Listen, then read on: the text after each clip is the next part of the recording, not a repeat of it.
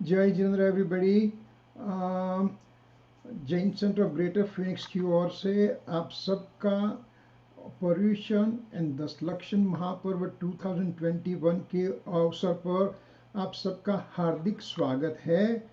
और इस पर्यूषण दशलक्षण की श्रृंखला में इस दफ़ा हमने भक्तामृत स्तोत्र का स्वाध्याय का तय किया है, तो वो स्वाध्याय की श्रृंखला आज से चालू होती है। तो आप सबका हार्दिक अभिनंदन है इसमें आने के लिए।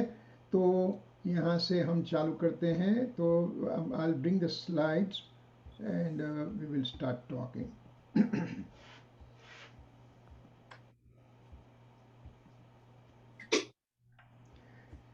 तो ये बहुत महत्व का सब्जेक्ट है भक्तामृत स्तोत्र। भक्तामृत स्तोत्र की रचना हम सबको मालूम है कि आचार्य मानतुंग आचार्य ने की है।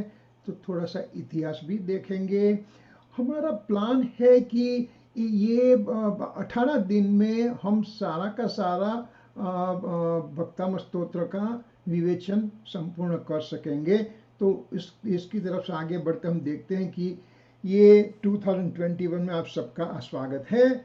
और इतनी बात करने के बाद में हम भक्तामृत पर आते हैं। तो भक्तामृत के चालू करने के लिए थोड़ा सा हाउसकीपिंग रूल हम बता देते हैं कि पहले तो हम भक्तामृत की संस्कृत गाथा लेंगे।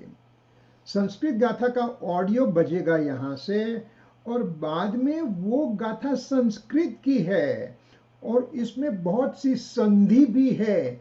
तो वो संधि का विच्छेद करके एक एक अक्षर का अर्थ क्या होता है वे हम देखेंगे। और बाद में हम तो संस्कृत के स्टूडेंट नहीं है। सबको संस्कृत समझ में नहीं आती है, जो कि वो बहुत इम्पोर्टेंट लैंग्वेज है। मगर हमको नहीं, अब इतना क्या हमारा ज्ञान का क्षोभम नहीं है। तो इसके लिए हमने हिंदी में हिंदी में संस्कृत वो गाथा रखी है। तो वो गाथा हिंदी के अंदर सिंपल हिंदी में है, सबको समझ में आएगी। और बाद में वो गाथा में क्या कहा है वो उसका विवेचन होगा। हर एक क्लास में 3 या तो 4 गाथा का प्रोजेक्ट किया है, मगर पहले दिन तो पहली और दूसरी गाथा का बहुत इम्पोर्टेंस है। तो हम प्रॉबेबली पहली और दूसरी गाथा ही ले सकेंगे। मगर आपको मुझे इतना विश्वास है कि ये 2021 में भक्तामृत की बात समझने के बाद में अभी हम जब गाएंगे भक्तामृत तो हमको मालूम पड़ेगा कि कितनी बड़ी बात है उसमें। पहले मुझे लगता था वो भक्ति का शास्त्र है, भक्ति का शास्त्र है, भक्ति है, मगर उसमें एक एक गाथा में एक एक शब्द में अध्यात्म भरा है। तो ये सब हम देखेंगे और देखकर हमारे भाव की वृद्धि करेंगे। और आपको भी मेरे जैसे एक प्रेरणा मिलेगी कि भक्तामृत का मुखपाठ कर ले। बहुत साल पहले 25-30 साल पहले मेरे हमारा अंकल जी आए थे, तो हमने उनको बोला कि तुम अब भक्तामृत का पाठ याद कर लो।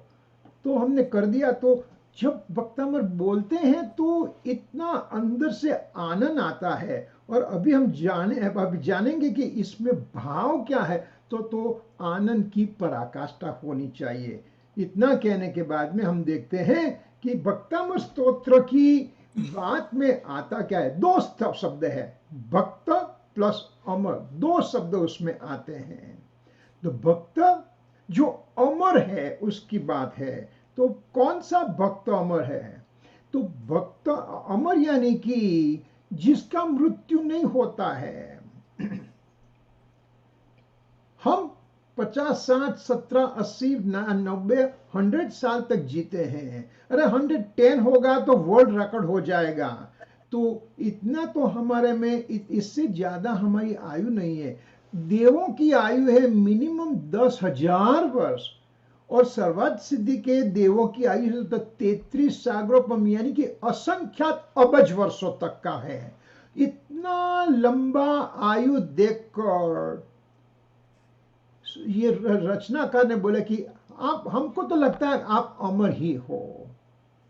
अरे देव सर्वसिद्धि के देव हो या तो नीची कोटि का देव हो, सभी को अल्टीमेटली देव गति छोड़कर निकलना पड़ेगा। देव गति में भी मृत्यु आती है, मगर लंबा आयुष्य है इसलिए अमर कहा। इसलिए देवों ने जो भक्त बन के प्रभु की जो उपासना की है उसकी बात यहाँ पर आती है।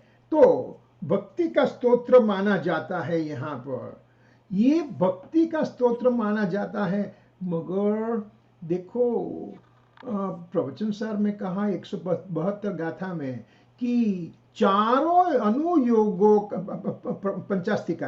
पंचास्तिकाय की 172 गाथा में कहा है चारों अनुयोग का तात्पर्य वितरागता है। तो ये भक्ति का स्तोत्र है तो भी उसमें से वितरागता ही निकलेगी।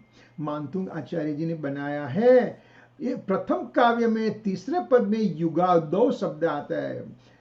तो ये युगादौ मीन्स कि युग की शुरुआत, यानी कि हम यहाँ पर अवसर पीढ़ी काल के पंचम काल में है। अवसर पीढ़ी काल के युग की शुरुआत हुई, उसमें प्रथम तीर्थंकर जो हुए तो उससे लगता है कि ये ऋषभदेव भगवान को देखकर शास्त्र बनाया गया है। दूसरे काव्य में चौथे पद में प्रथम जिनेन्द्र लिखा है, इसलिए तय होता है कि ये तो ऋषभदेव भगवान आदिनाथ भगवान का ही स्तोत्र है। मगर इसलिए भक्तामर को ऋषभदेव भगवान की स्तुति मानी जाती है। मगर ऋषभदेव भगवान की स्तुति करो तो कोई भी अनंत तीर्थंकरों की स्तुति एक तीर्थंकर में आ जाती है। तो इसलिए सभी तीर्थंकर की स्तुति आएगी। करीबन विक्रम की 11वीं सदी में ये इसकी रचना हुई। मगर ऐसे तो शास्त्र में देखो तो इतिहास में मानतुंग नाम के आचार्य बहुत से हो गए, तो कौन से मानतुंग आचार्य ने लिखा मालूम नहीं पड़ता। मगर जो इतिहासकारों ने दिखा है तो इसमें से लगता है कि 11वीं सदी में ये शास्त्र की रचना हुई थी। हाँ, तो भक्ति का शास्त्र, भक्ति यानी कि क्या? बज धातु यानी कि क्या? संस्कृत में रूट वर्ड होता है, एक सामान्य शब्द होता है, उसको धातु कहते हैं। उसमें से बहुत से शब्द बनते हैं, तो उसमें 3 प्रत्यय लगाने से भक्ति शब्द बना है। भज्यते अनया इति भक्ति, भजन्ति अनया इति भक्ति, भजनम भक्ति ही। इस तरह से भक्ति की व्याख्या संस्कृत में की गई है। उसका अर्थ है श्रद्धा और प्रेम पूर्वक इष्ट देव के प्रति आसक्ति का नाम भक्ति है। तो ये भक्ति, देखो ये शब्द इतना कॉमन हो गया है तो हमको समझ नहीं आता, मगर हमको ओरिजिनल शब्द से जाना पड़ेगा। इतना जानने के बाद में भक्ति क्या है, किसको हम भक्ति कहेंगे? तो प्रार्थना, स्तुति, स्तवन, श्रद्धा, विनय, वंदना, आदर, नमस्कार, आराधना, दर्शन, पूजन, मंगल, ये सब का अर्थ भक्ति होता है। आप स्तुति करो वो भी भक्ति है, पूजन करो भक्ति है, भगवान का दर्शन करो वो भी भक्ति है, भगवान की तरफ विनय दिखाओ वो, ये सब भक्ति का रूप है। भक्ति यानी कि बैठकर बस गाने ही लगो, वो भक्ति अकेली नहीं है। ये सब को हम भक्ति शब्द से बुलाएंगे। तो इतनी बात करने के बाद में आचार्य ने भक्ति के 12 भेद बताए हैं शास्त्र में। तो सिद्ध भक्ति, श्रुत भक्ति, चारित्र भक्ति, योग भक्ति, आचार्य भक्ति, पंचगुरु भक्ति, तीर्थंकर भक्ति, शांति भक्ति, समाधि भक्ति, निर्वाण भक्ति, नंदीश्वर भक्ति, चैत्य भक्ति। इस तरह से 12 भक्ति के अंग दिखाए हैं। इसमें तीर्थंकर भक्ति, ये तीर्थंकर भक्ति और समाधि भक्ति, उसमें दूसरों में अंतर्गत करके 10 भक्ति से एक प्रचलित काव्य है 10 भक्ति का काव्य, इसमें ये सब आएगा, एक एक की सिद्ध भक्ति आएगी, सुत भक्ति यानी कि सुत यानी कि शास्त्र भक्ति, इस तरह से सब कुछ आएगा। वितराग भगवान की भक्ति से मुझे लाभ कैसे होगा? आपने भक्ति भक्ति बता दी, भक्ति भगवान की भक्ति में नहीं, तो मुझे क्या लाभ होगा? लौकिक के देव को, लौकिक के भगवान के पास जाके मैं बोलता हूं, अरे प्रभु मेरे बच्चे को एग्जाम में पास कर दे, वो भगवान कार्य कर देता है मेरे जॉब में मुझे प्रमोशन दे दो, वो भगवान दे देगा, क्योंकि वो भगवान मेरे 5 रुपये का नारियल का भूखा बैठा है, तो मैं उनको 5 रुपये का नारियल दूंगा और उसके सामने मुझे प्रमोशन मिलेगा, जो मुझे 1 लाख 2 लाख 5 लाख का प्रमोशन, इतना ज्यादा मुझे इनकम मिलेगी। तो क्या वो भगवान मूर्ख है कि तेरे 5 रुपये में तुझे 5 लाख रुपए दे देगा? जैन सिद्धांत अनुसार वितरागी प्रभु राग द्वेष से रहित होते हैं, उनको राग नहीं है, द्वेष नहीं है, किसी के प्रति कुछ संभाव नहीं है, और वे किसी से न कुछ संबंध रखते हैं न कुछ लेते देते हैं।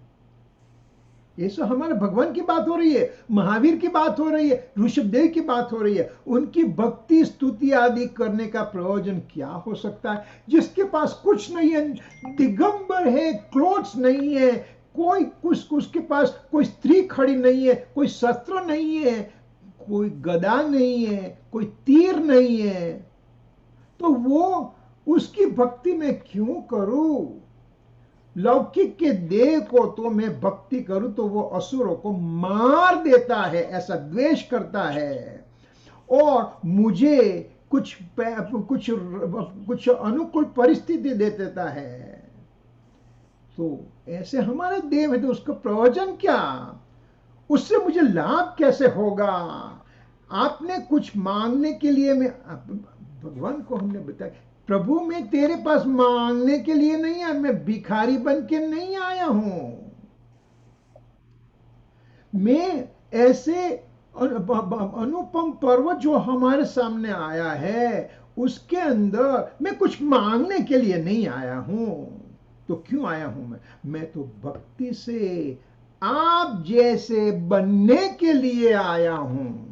हाँ, प्रभु कह रहे मेरा जैसे बनने के लिए तू आया है? हाँ, तेरे जैसे बनने के लिए मैं यहां पर आया हूं। निश्चित तेरे सदस्य प्रभु अरहंत अवस्था पाऊंगा। देवशास्त्र गुरु का अर्घ है, इसमें लास्ट 6ठी लाइन है, प्रभु मैं तुझे चैलेंज देता हूं कि मैं तेरे जैसे बन के ही रहूंगा, इसलिए मैं वितराग भगवान की भक्ति करता हूं, इसलिए मैं भक्तामृत स्तोत्र की भक्ति करने वाला हूं। मैं भगवान जैसे बनने के लिए यहां पर आया हूं। मैं, तू भगवान और मैं भक्त, ऐसे ऐसे ऐसे ऐसे डिवीजन में रखने वाला नहीं हूं। मैं ही भगवान और मैं ही भक्त। कितनी ये जैन धर्म की पराकाष्ठा है, जो कहां पर आपको ऐसे नहीं मिलेगी। तो क्या भक्ति में राग है? तो भक्ति में जो राग होता है वह मोह नहीं है जो पाप बन का कारण बने हैं। अरे मेरा बेटा आ गया, मेरा ग्रैंड चाइल्ड आ गया, इस तरह से जो मैं करता हूं तो उससे मोह होता है, और मोह तो पाप का बंध होता है। राग आग दहे सदा, राग आग सदा दहे सदा। तो ऐसे 6 डाला में आके राग तो आग समान है, तुझे कर्म का बंधन करता है। तो मोह पर वस्तु से होता है और सांसारिक स्वाद से पूर्ण होता है। मेरे बेटे के घर पर बेटा आ जा, बस मैं खुश हो जाऊंगा। तो इस तरह से मेरा बेटा आ गया, मेरा सांसारिक स्वाद पूरा हो गया। वितराग की भक्ति में ऐसा कुछ नहीं आएगा, क्योंकि वितराग से राग करने वाला स्वयं वितरागी बन जाता है। वितरागी से यानी कि अरिहंत से यानी कि ऋषभ देव से राग करने वाला, प्रभु आपके सिवा मेरा कोई अंत नहीं है, ऐसा राग करने वाला स्वयं ऋषभ बन जाता है। तो ये भक्ति में राग नहीं है। जो आत्मा का स्वभाव है वह पौर नहीं है। जो आपने भगवान आपने जो अपने पुरुषार्थ से अपना अपना स्वभाव की प्रकटता की है, तो हम भी हमारे हमारे प्रयत्न से हमारे स्वभाव की भी उत्पत्ति करेंगे। भगवान में अनंत गुण प्रकट हुए हैं, मेरे शक्ति रूप में पड़े हैं। भगवान और भक्त में इतना ही अंतर है, इतना। आप में गुण प्रकट हुए हैं, मेरे में शक्ति रूप है, मैं शक्ति की व्यक्तता करने वाला हूं। भक्ति से शक्ति को प्रकट की जाती है, यही सच्ची भक्ति है। यही भक्तामर का अर्थ है कि वहां से मेरे में भक्तामर का रटन करते करते, पाठ का रटन करते करते मैं भी भगवान बन जाऊं, वो ही मेरी सच्ची भक्ति है।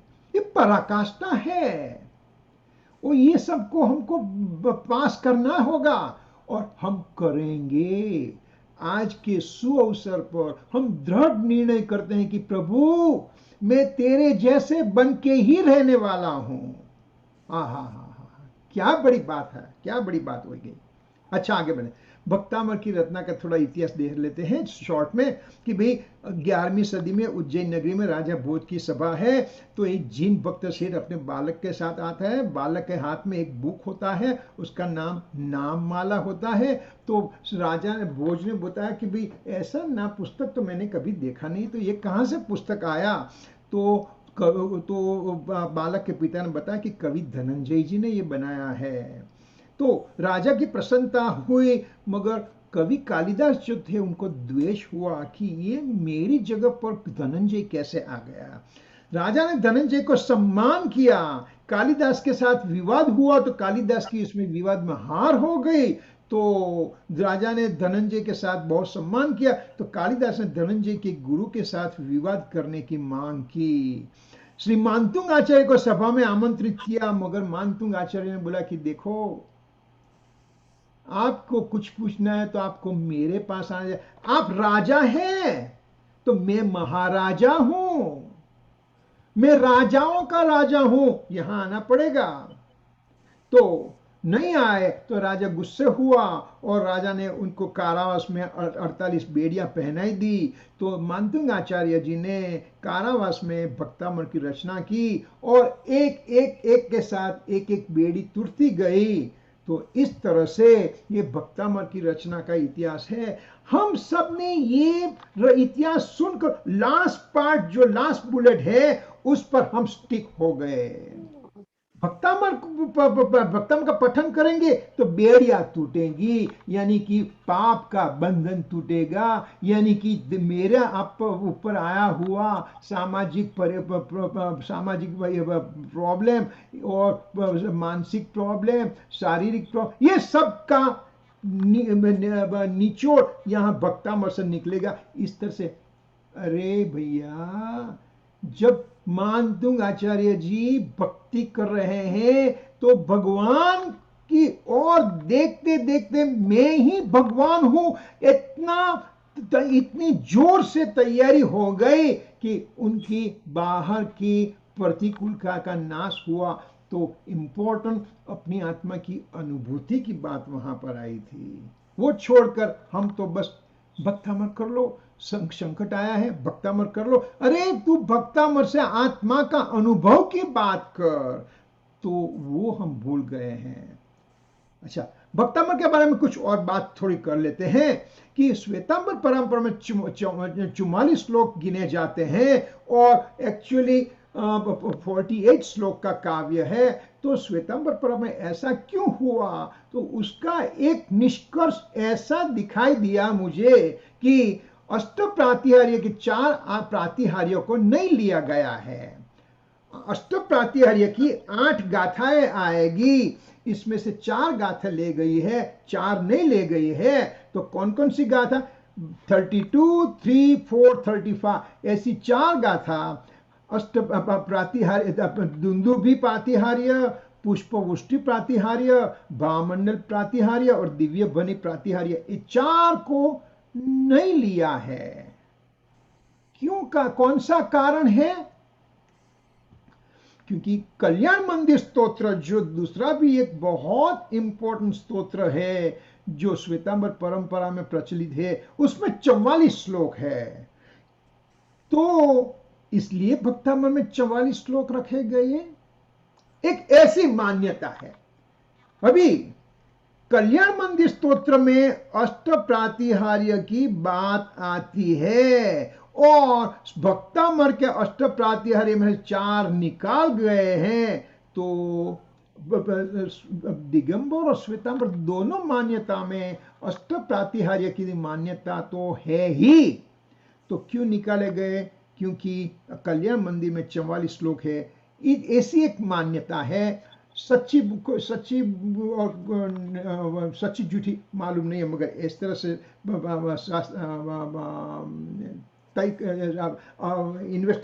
इन्वेस्टिगेशन करने से इतना मालूम हुआ है।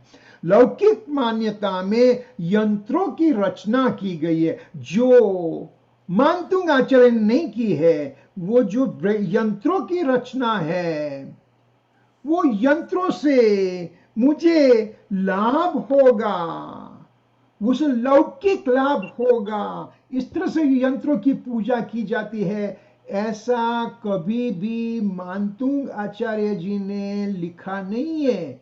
अरे अभी इस दफा यहां पर मानतुंग आचार्य जी आते और देखते कि भक्तामर की क्या लौकिकता की गई है, वो देख के उनके रोंगटे खड़े हो जाते कि अरे मेरे शास्त्र का इतना परिवर्तन करा गया है। इस तरह से है। तो इतना बात करके अभी हम जाते हैं भक्तामृत में 48 श्लोक है, तो किस तरह से डिस्ट्रीब्यूट होते हैं। पहला और दूसरा श्लोक रचयिता कवि द्वारा जिनेंद्र स्तुति करने का संकल्प किया गया है। 3 से 6 श्लोक के अंदर अपनी लघुता, अल्पज्ञता, अक्षमता का प्रदर्शन किया गया है। 7 से 26 श्लोक के अंदर विभिन्न उपमाओं द्वारा जिनेश्वर स्तुति का और उसके फल का वर्णन है। बहुत सुंदर वर्णन आता है और कवि ने अपनी इमेजिनेशन बहुत उपमाएं दी है। वो आएगा, बहुत मजा आएगा वहां पर। 27 से 37 श्लोक के अंदर अरिहंत भगवान के समर्षण के अलौकिक वैभव यानी कि अष्ट प्रातिहार्यों का वर्णन आएगा। 38 से 47 श्लोक पर जिनेंद्र भक्ति से भय संकट आदि का निवारण की सहज संभाव्यता है, उसकी बात आएगी। इसमें क्या आएगा? आपको मालूम है कि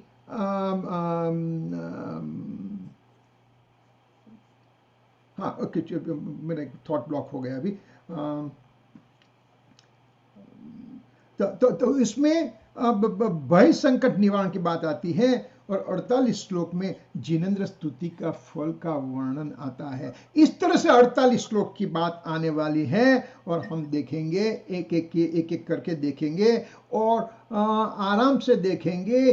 तो हम रैपिडली जाके खत्म ही करना है ऐसा नहीं, जितना हो सकेंगे इतना करेंगे। इतना मुझे संकल्प है कि हो सकेगा आराम से। तो पहला काव्य लेते हैं, तो पहले ऑडियो सुनते हैं, साथ में सुनना बहुत सुंदर है।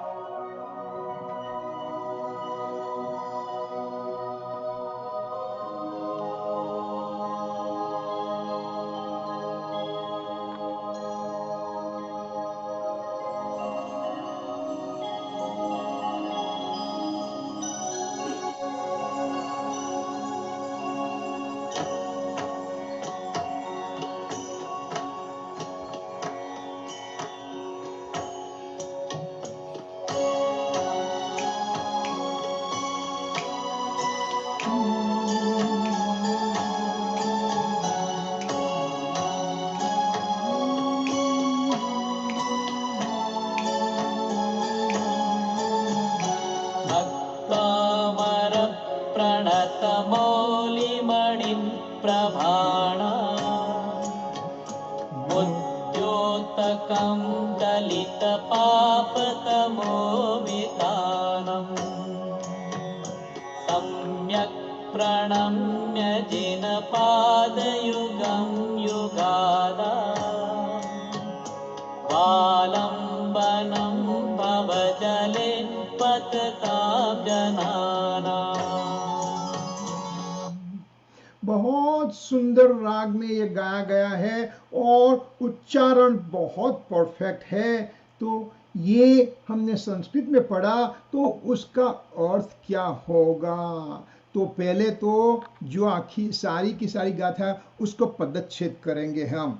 भक्त, अमर, प्रणत, मौली, मणि, प्रभाणाम, यहाँ प्रभाणा शब्द है, प्रभाणाम शब्द है। और जो म है, ये म ऊ के साथ कंप्लीट ज्वाइंट होके मुद्योतक, मुद्योतकम शब्द नहीं है, उद्योतकम है, बट म प्रभाणाम में जाएगा। इस तरह से संधि विच्छेद करेंगे हम।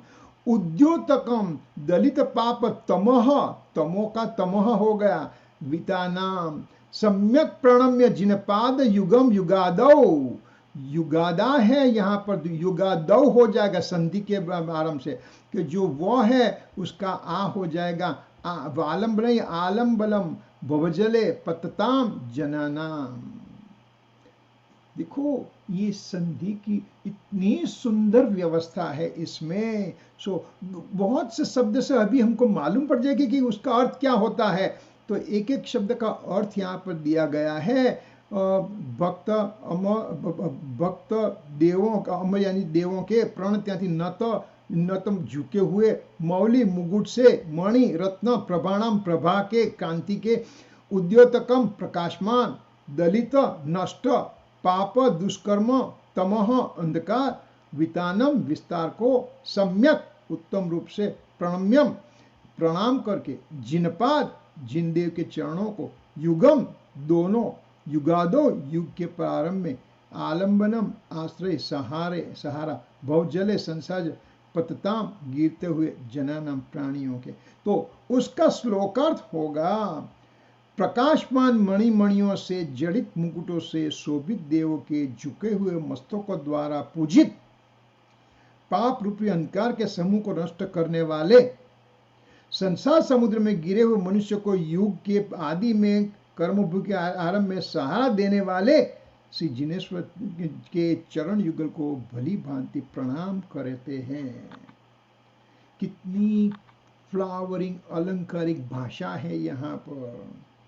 और मैं आपको बताता हूं कि आपको ये पढ़कर अभी थोड़ा सा समझ में आएगा कि ये भक्तामर के सब एक एक शब्द का अर्थ क्या होता है, और बहुत आनंद आएगा। आपको स्क्रीनशॉट लेना है तो ले लेना, ये बहुत उपयोगी हो जाएगा आपके लिए।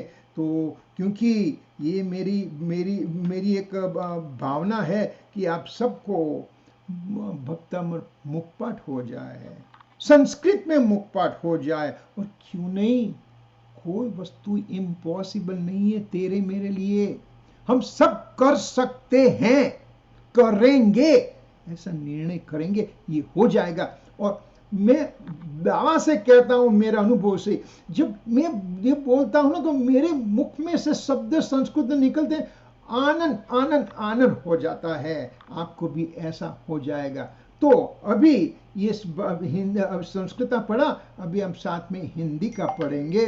तो हमारे साथ आकांक्षा जी है, और आकांक्षा जी ने वॉलंटियरिंग किया है कि वो ये गाना गाएगी, ये पद गाएगी। तो आकांक्षा जी आप अनम्यूट करके और आपका वीडियो चालू करके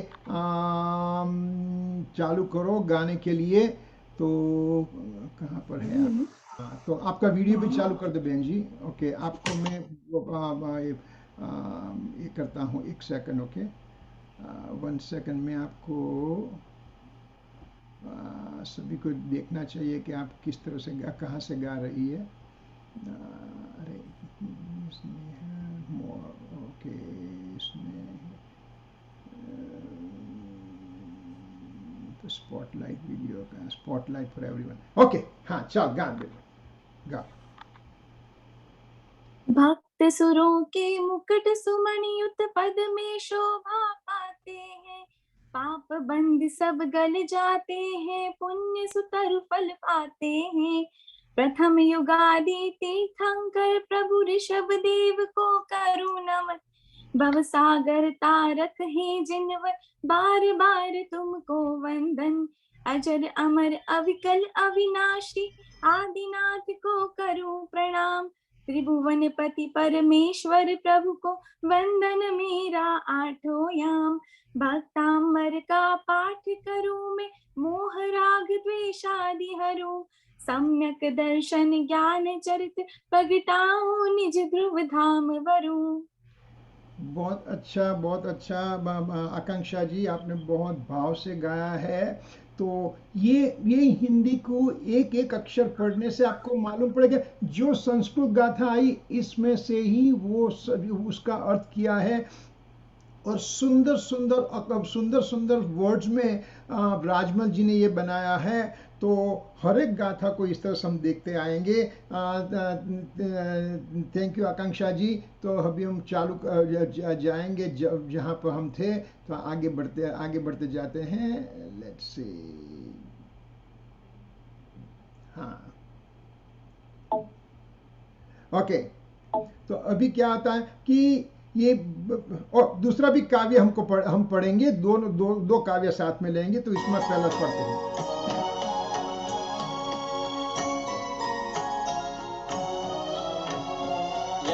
संस्तुतं सकलवाङ्मय तत्त्वबोधा, उद्भूत बुद्धिपटुभिः सुरलोकनाथैः, स्तोत्रैर्जगत्कृतयचित्तहरैरुदारैः, स्तोष्ये किलाहमपि तं प्रथमं जिनेन्द्रम्। हाँ, तो दूसरी गाथा का पदच्छेद किस तरह होगा? यह संस्तुतः सकल वाङ्मय तत्वबोधात्। तो वो बोधात है, बोधात। तो उसमें बोधा यहाँ पर बोधात, પછી दुद्भूत की जगह उद्भूत हो जाएगा। तो यहाँ पर आएगा तो और ऊ का मिलन होगा तो ध हो जाएगा। तो उद्भूत बुद्धि पटुपिह सुरलोकनाथै स्तोत्रै जगत्प्रिय चित्तहरै उदारे स्तोषे किल अहमम अपि तम प्रथमम जिनेन्द्रम। तो उसका पदच्छेद का अर्थ इस तरह से होगा। यहाँ पर उसका श्लोकार्थ क्या होगा? संपूर्ण द्वादशांग रूपी जिनवाणी के तत्वज्ञान को जानने की जिनकी बुद्धि प्रखर हो गई है, संपूर्ण द्वादशांग जिनवाणी के जानने के लिए जिसकी तैयारी हो गई, कौन? तो ऐसे देवेंद्रों ने तीन लोक के चित्त को हरण करने वाले विस्तृत स्तोत्रों द्वारा जिनकी स्तुति की है, उस प्रथम जिनेन्द्रम यानी कि अरिहंत भगवान ऋषभदेव भगवान का मैं स्तवन करता हूँ। अर्थात यह बड़े आश्चर्य की बात है कि तत्वज्ञों द्वारा स्तुत्य की स्तुति करने के लिए मैं अल्पज्ञ भी तत्पर हुआ हूँ। अरे बड़े बड़े महान व्यक्तियों, महान जीव ये प्रार्थना करने के तैयार हुए हैं, अरे मैं भी तैयार हो गया हूँ। तो इस तरह से यहाँ अल्पज्ञता अपनी प्रसिद्ध करके उसकी भी साथ में अपने भाव की प्रदर्शित की है। तो अगेन फिर से आकांक्षा जी आप ये ले लेगी, आप गाएगी प्लीज। द्वादशांग युक्त तत्व बोध से जिसका और अंतर भरपूर, ऐसा इंद्र सदा प्रभु की संस्तुति करता विभ्रम कर दूर। क्यों आश्चर्य करे कोई भी संस्तुति करता इंद्र प्रधान, चरम शरीरी ज्ञान शरीरी श्री अरिहंत ऋषभ भगवान। प्रभु चरणों की शरण प्राप्त कर हो जाता प्राणी भगवान, बिना परिश्रम ही हो जाते अष्ट कर्म सारे अवसान।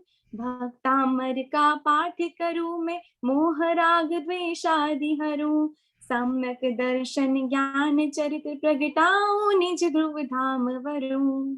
Thank you very much. आपने बहुत अच्छी तरह से आपके प्रोनाउंसिएशन बहुत अच्छे हैं और आपकी गायकी भी बहुत अच्छी है। Thank you very much. तो अभी हम देखेंगे ये दो गाथा में, प्रथम की दो गाथा में क्या होता है, क्या आता है, उसकी हम बात करते हैं। तो क्या आता है, श्री मानतुंग आचार्य काव्य के रचयिता कहते हैं कि कवि श्री कहते हैं, आचार्य श्री कहते हैं कि मैं प्रथम जिनेन्द्र ऋषभदेव का स्तवन करूंगा और जिनके चरणों में भक्त अमर यानी भक्तिवंत देव नमन करते हैं, सर्वार्थ सिद्धि के देव 33 सागरोपम के आयु वाले, जो एक भव में तो मनुष्य भव लेकर मोक्ष जाने वाले हैं, वो भी भगवान की भक्ति के लिए नतमस्तक आ गए हैं। उन देवों के मुकुट की मणि की प्रभा का उद्योग करने वाले, क्या बताया उसमें कि जब देव प्रभु के चरणों के नीचे झुकता है नमन करने के लिए, तब उनके सर पर जो मुकुट है, मुकुट का मणि जो अमूल्य है, वो मणि का तेज भगवान के नख के सामने फीका हो जाता है। अरे ये मणि जो महामूल्य है, वो भी भगवान के नख उसके सामने फीका पड़ जाता है। तो इस तरह से कहता है कि अब मानतुंग आचार्य आप पाप रूपी अंधकार को नाश करने वाले हो। जब सूर्य प्रकाश होता है, पाप का अंधकार नाश होता है, ज्ञान प्रकाश होता है, तो पाप अंधकार का नाश होता है। और भवसागर में डूबते जनों को तारने के लिए और धर्म युग के प्रारंभ में आलम्बन रूप प्रथम तीर्थंकर आदिनाथ को मैं सम्यक भाव से नमस्कार करके उनकी स्तुति करता हूं। धर्म युग के प्रारंभ में, उसकी बात आगे पर आएगी, मगर श्री तीर्थंकर आदिनाथ भगवान की बात है, उनको मैं सम्यक भाव ऐसे नमस्कार नहीं कर रहा हूं, मगर भाव से मेरे में सम्यक भाव हुआ है, सम्यक्त्व रूपी भाव हुआ है, वो मैं आपकी स्तुति करने के लिए तैयार हुआ हूं। तो मैं स्तुति करता हूं ऐसे जिनेन्द्र देव की स्तुति, जो ऐसे जिनेन्द्र देव की स्तुति बड़े बड़े पुरुषों ने की है। 33 सागरोपम वाले सर्वार्थ सिद्धि देव के जो एक भाव में तो मोक्ष आने वाले हैं, उन्होंने स्तुति की है। समस्त शास्त्र के ज्ञान से जिनकी बुद्धि पारंगत है, ऐसे कुशल इंद्रों ने यह स्तुति की है। बड़े बड़े पुरुषों ने स्तुति की है, बड़े राजाओं ने स्तुति की है, महाराजाओं ने स्तुति की है, इंद्र महाराजाओं ने भी स्तुति की है। क्योंकि 33 सागरोपम तक सर्वार्थ सिद्धि में वो क्या करते होंगे? अरे धर्म चर्चा ही होती है। 33 सागरोपम तक धर्म चर्चा करते हुए भी वो थकते नहीं है। ऐसे बुद्धि में पारंगत कुशल इंद्रो है। 3 लोग के चित्त को प्रसन्न करे ऐसी उत्तम स्तुति की है। उन लोगों ने जो स्तुति की है वो तो 3 लोग को चित्त के प्रसन्न करती है। उन आदि जिनेश्वर का मैं भी उस उत्तम स्तोत्र से स्तवन करूंगा। देखो अपनी लघुता प्रकट करते हैं कि मैं एक छोटा सा आदमी, अरे प्रखर आचार्य जी है, प्रखर आचार्य जी है, जिसने राजा का आमंत्रण को ठुकराया है, ऐसे महाराजा है। वो भी कहते हैं कि मैं एक छोटा सा आदमी हूं। कितनी लघुता प्रभु के सामने, आपके ज्ञान के सामने मेरा ज्ञान की कोई वैल्यू नहीं है। इस तरह से आदिस्वर भगवान की स्तुति करते करते मैं स्तुति करूंगा, ऐसा यहां एक निर्णय करते हैं। अभी इस भरत क्षेत्र में भूतकाल की 24वें अंतिम तीर्थंकर श्री शांता जी का मोक्ष गमन हुआ। देखो एक काल चक्र में उत्सर्पिणी और अवसर्पिणी, उत्सर्पिणी और अवसर्पिणी ऐसे दो हाफ होते हैं। अभी हम अवसर्पिणी काल में से पंचम काल में पसार हो रहे हैं। पंचम काल के बाद छठा काल आएगा, छठा काल के बाद उपसर्पिणी का छठा काल आएगा, उत्सर्पिणी का पंचम काल आएगा उत्सर्ग पीढ़ी का चौथा काल आएगा और तीर्थंकर की शुरुआत होगी। ऐसे भूतकाल की उत्सर्ग पीढ़ी के चौथे काल के 24 में तीर्थंकर श्री शांताजी भगवान का मोक्ष गमन होने के बाद में 18 करोड़ी सागरों के बाद इस 24 का प्रथम तीर्थंकर भगवान ऋषभ देव जी का जन्म हुआ। ये किस तरह से नंबर आता है उसकी बात करने जाएंगे तो हमारा शास्त्र की बात खत्म नहीं होगी। आपको ये आपका ये होमवर्क होगा कि 18 करोड़ी सागरों में किस तरह से आया। बहुत लंबा लंबा असंख्य अबजों वर्षों के बाद में ऋषभ देव भगवान यहाँ पर हुए और उन्होंने इस युग में धर्म की शुरुआत चालू करी। तो भवसागर के तीरने का उपाय बताकर भरत क्षेत्र में धर्म युग प्रारंभ किया है। दिव्य ध्वनि से वितरागता और सर्वज्ञता का मार्ग स्पष्ट किया। उनकी तो वितरागता प्रभु हुए हैं। 12वें गुणस्थान पर वितरागता हुई कि बीत गया है राग जिनका, और बाद में जिसको सर्वज्ञता की उत्पत्ति हुई है, केवल ज्ञान की उत्पत्ति हुई है। ऐसे तीर्थंकर भगवान अपने नाम तीर्थंकर नाम कर्म के उदय से होने से समुद्र में बैठे हैं और वहां बैठकर जो देशना देते हैं, दिव्य ध्वनि देते हैं, ओमकार ध्वनि देते हैं, इससे हमारा मार्ग स्पष्ट हमको दिखाई देता है। ओमकार ध्वनि से गंधर्व भगवान ने उस ओमकार ध्वनि को जिला और उसमें से 12 अंग और 14 पूर्व की रचना कर दी। तो इससे दिव्य ध्वनि से हमको बहुत फायदा हुआ है। ऐसे आदिनाथ जिनेंद्र के चरणों में नमस्कार करके स्तुति का प्रारंभ करता हूं। इस तरह से मानतुंग आचार्य जी जेल में बैठे बैठे अपने भाव में रहकर ये बात बताते हैं। यहां पर आती है बात कि ये इंद्र का मणि भी नख के सामने झुक जाता है, फीका पड़ जाता है। ये तो भगवान के नख की बात आई। भगवान का नख की जो इतनी इंपॉर्टेंस होगी तो सारा शरीर कैसे होगा, और सारा शरीर ऐसे होगा तो उसमें बसा हुआ शुद्ध आत्म तत्व शुद्ध द्रव्य जो है वो उसकी क्या वैल्यू होगी।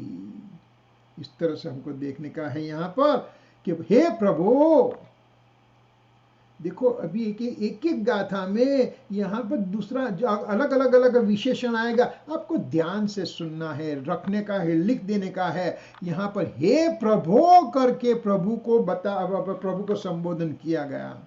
भक्ति से भरे हुए चित्त से इंद्रादि भक्त देव जब आपके चरणों में झुके हैं, इस तरह से आपके चरणों में झुके हैं इंद्र महाराजा, तब आपके नख की प्रभा से उन देवों के मुकुट की मणि जगमगा उठती है। यहां से प्रकाश निकलता है तो ये मणि जगमगाती है, जो कि लौकिक में ये मणि अमूल्य है, मगर उसका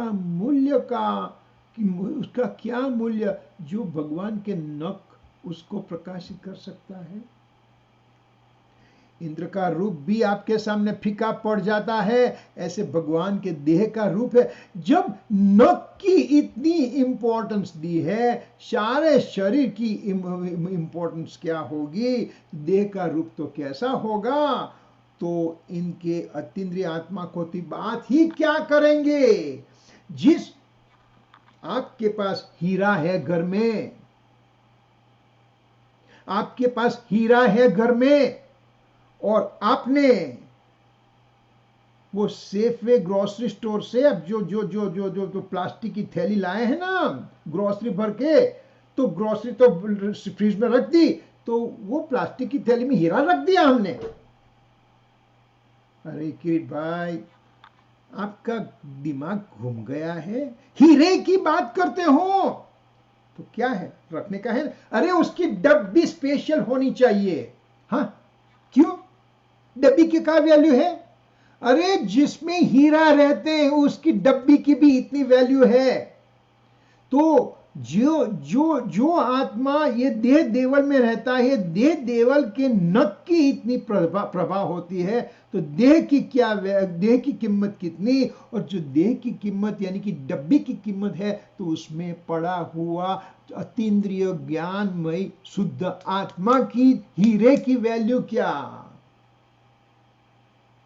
पहले तो ये जो जो जो मणि है उसकी वैल्यू तो आप कर ही नहीं सकते, तो उसकी वैल्यू नख के पास तो कुछ नहीं हुई, तो सारा शरीर की वैल्यू क्या, और शरीर की वैल्यू इतनी, तो उसके अंदर रहा हुआ अतीन्द्रिय आत्मा की बात क्या।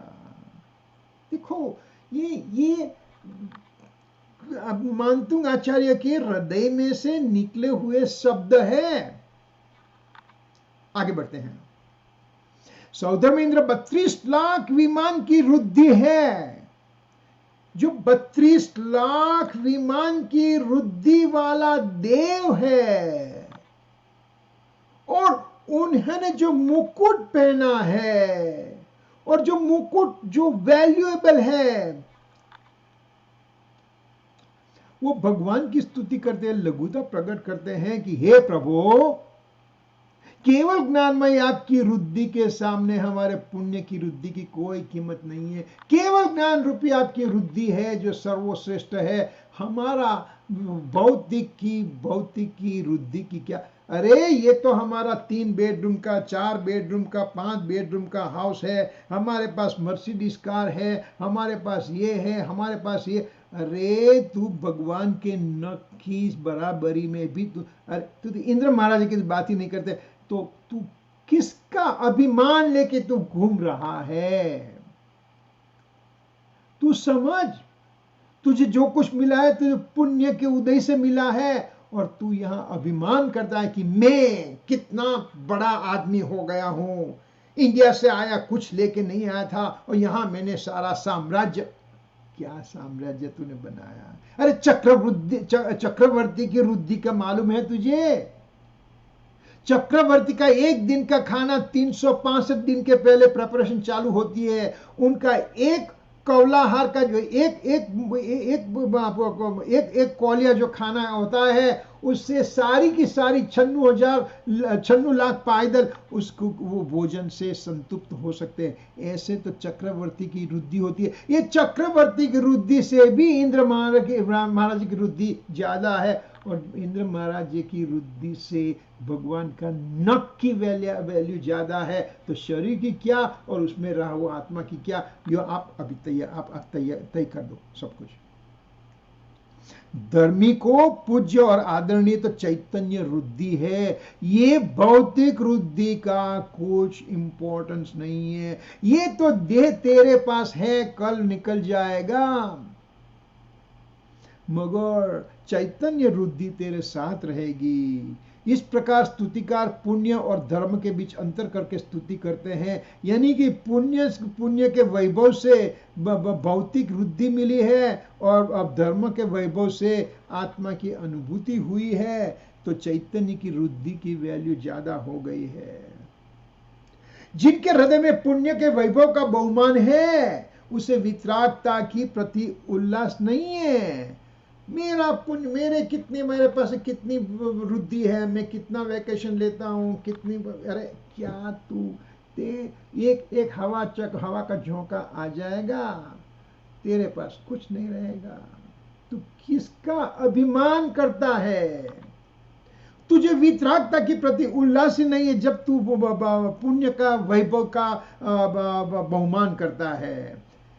जिसे वितरागी केवल ज्ञान का बहुमान जागृत हुआ है, उसे राग और उसके फल का बहुमान नहीं है। हाँ है, मेरे पास स्वास्थ्य है, सब फैमिली है, वैभव है, होता है, मगर मेरे वितराग केवल ज्ञान का बहुमान मेरे में जागा है।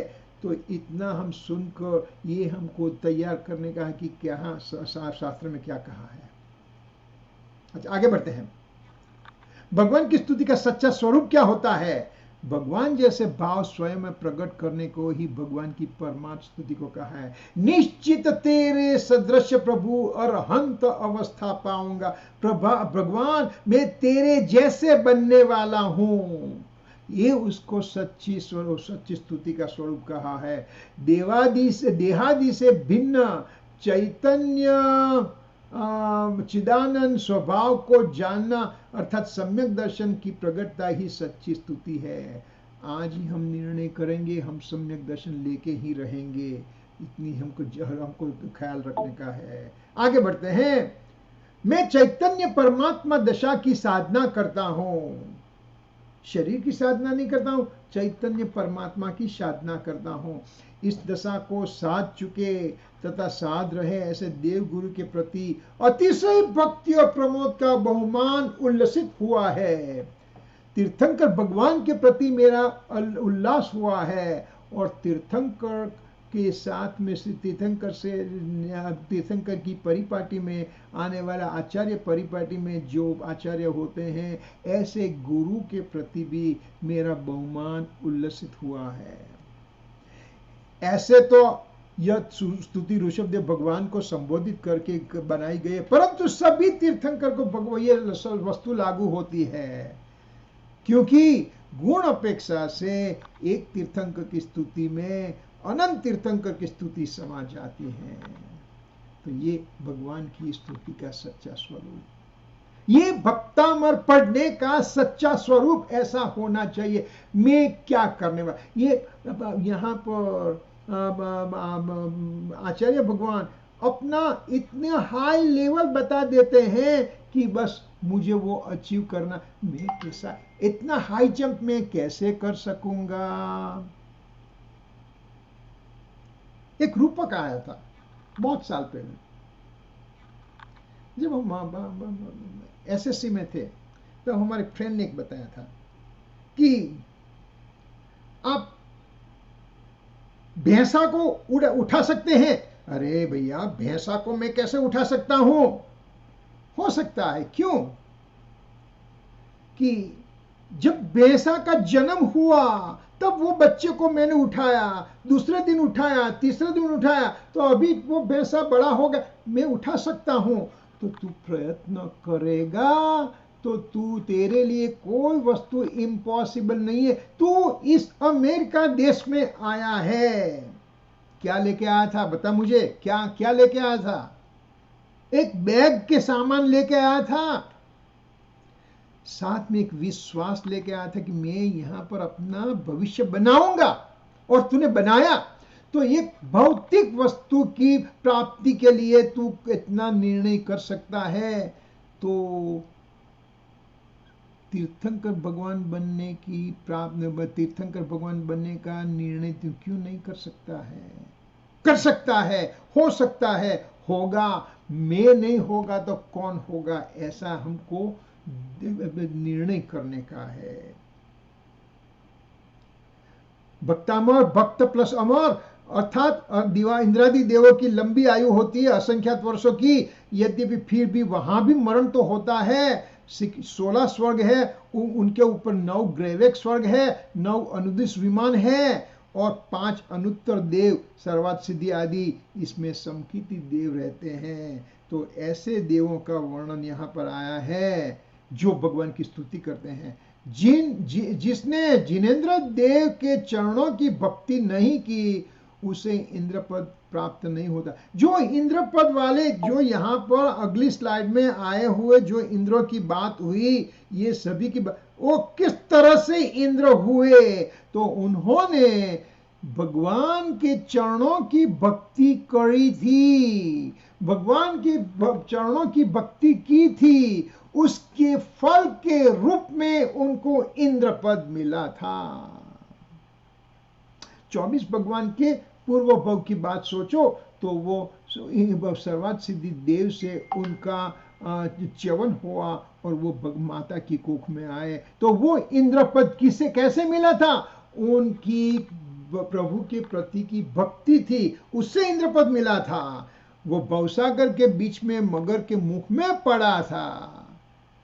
आपकी स्तुति करते करते जहां हमने आपकी सर्वज्ञता को प्रतीति में लिया, आप तो सर्वज्ञ देव हैं, मैं अल्पज्ञ हूं, मैं सर्वज्ञ हो सकता हूं, ऐसी जब मैंने प्रतीति कर दी है तो मिथ्यात्व के टुकड़े टुकड़े हो गए, पाप का समूह छिन्न भिन्न होकर भाग गया है और हमारी चेतना आनंदित होती है, उपद्रव शांत होते हैं, भक्ति के साथ पवित्रता के साथ पुण्य के रस की वृद्धि होती है। और इसके फल में ये ऐसे स्तुति का फल है, ये निश्चय सहित की गई व्यवहार स्तुति है। इस तरह से जब हम स्तुति करेंगे, इतना ध्यान लेकर करेंगे, तो हमारी स्तुति सफल हो जाएगी। भगवान का भक्त कहता है, हे नाथ, दूसरी गाथा में आए, हे नाथ, पुण्य के फल में यह देवादि वृद्धि मिली है, उसका हमें मूल्य नहीं है। आपने जो सर्वज्ञता और वितराग भाव का प्रकट किया है, अजोड़ और महिमावंत है। हम आपके चरणों में झुकते हैं, आपका गुणगान करते हैं। गुणगान करने से करते बीच में पुण्य तो एक दास की भांति आकर खड़ा हो जाता है। अरियन देव का आदर है तो अंदर में वितराग भाव का अनुभव होता है। थोड़ी समय की मर्यादा है तो 2-5 मिनट आगे पीछे हो जाए तो प्लीज मुझे फॉरगिव करना।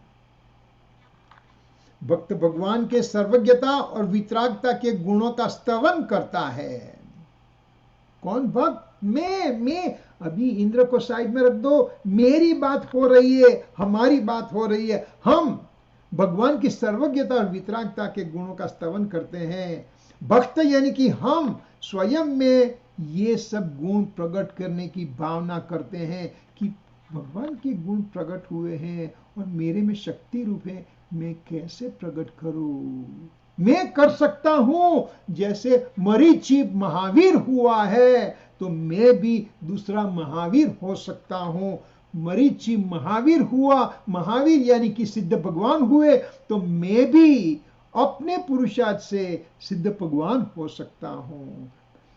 इस तरह से श्रीमद जी ने कहा, हम तो दूसरे महावीर हैं। तो क्या उन्होंने अभिमान किया था? नहीं, महावीर सिद्ध हो गए हैं, हम भी सिद्ध होने वाले हैं। कितना फैंटास्टिक उनका हृदय का भाव है। हमारा भाव ऐसा ही होना चाहिए। स्तुति दूसरे के लिए नहीं की गई है, किसी को हैप्पी बनाने के लिए मैं स्तुति नहीं की है, परंतु स्वयं में उन गुणों को प्रकट करने की भावना जागृत हुई है। मेरे में ऐसे सद निश्चित तेरे सदृश प्रभु अरहंत अवस्था पाऊंगा। ऋषभदेव भगवान असौपनी के त्रिशे काल में हुए, स्तुतिकार्य आचार्य पंचम काल में हुए, उनके मध्य में असंख्यत वर्षों का अंतर है, फिर भी मानव भगवान अभी स्वयं के सामने प्रत्यक्ष साक्षात विराजमान है।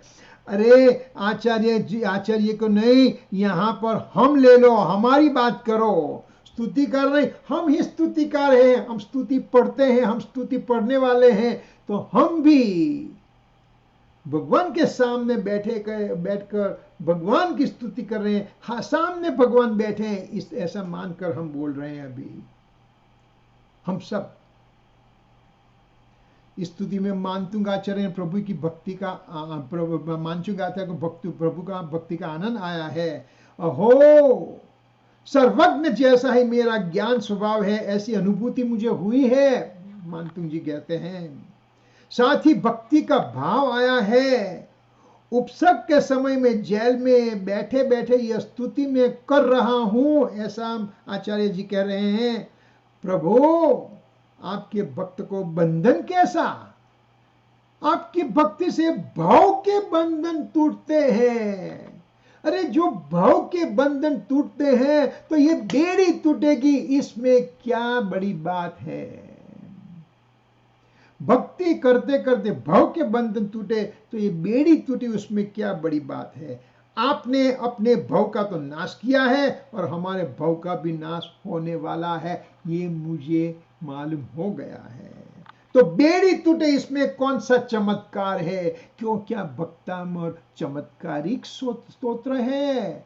हाँ, चमत्कारिक स्तोत्र है, मेरे भव का बंधन तोड़ने वाला है। तो लौकिक में जो बातें चल रही है, चमत्कार चमत्कार चमत्कार, 44वीं गाथा आती है, उसमें कहते हैं कि तुझे दर्द हुआ है तो तू 44वीं गाथा बना, तू ऐसा कर, दिया जला दे और 44वीं गाथा इतनी दबा। अरे तू कैसी बात कर रहा है? शरीर के रोग की दूर करने के लिए ऐसे भक्तामृत जैसे शास्त्र को चमत्कारिक मानता है? ये हमारी मूर्खता है, लघुता नहीं, मूर्खता है। हमको ऐसा नहीं, भाव नहीं आना चाहिए। ये इतना जानने के बाद में भी जो मैं भक्तामृत के चमत्कार की बात में आता हूं, तो मेरे जैसा कोई अभागी जीव अभी तक जन्म नहीं हुआ है। नहीं, कोई चमत्कार बात नहीं करने का।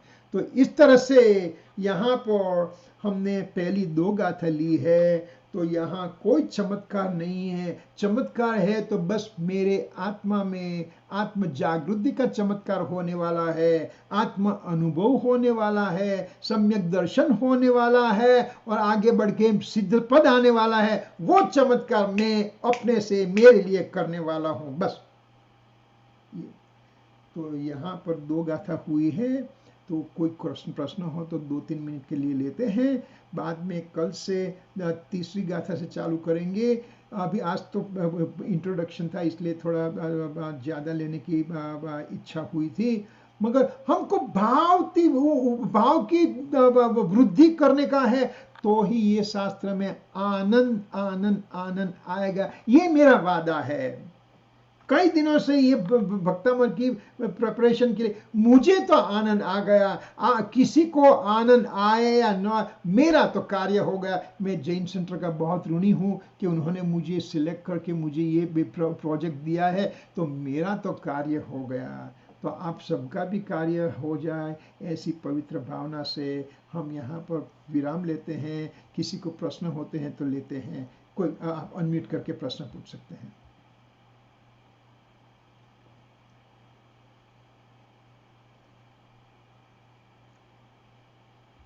Yes.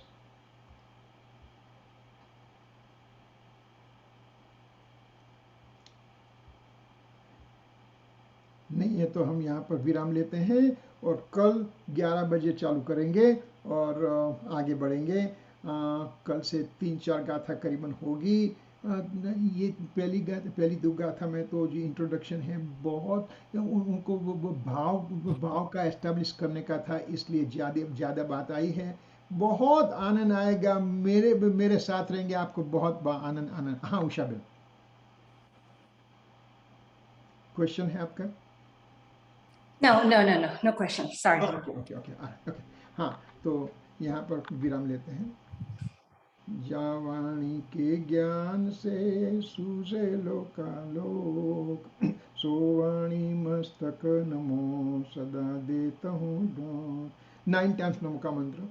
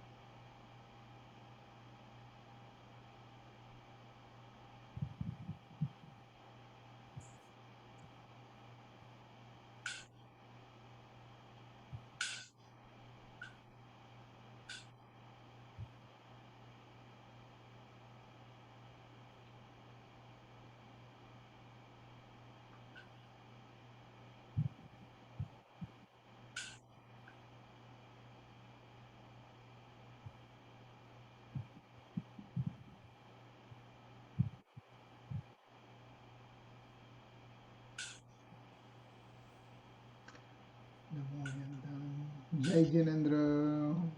Jai Janendra, Michami Dukadam. सभी तपस्वियों अपने भाव में रहे और स्वाध्याय में रत रहो ऐसी मंगल भावना से And then, Jai Jinendra. you know, circle back. Do we need to just double Jai check on AT&T on this stuff or not? जय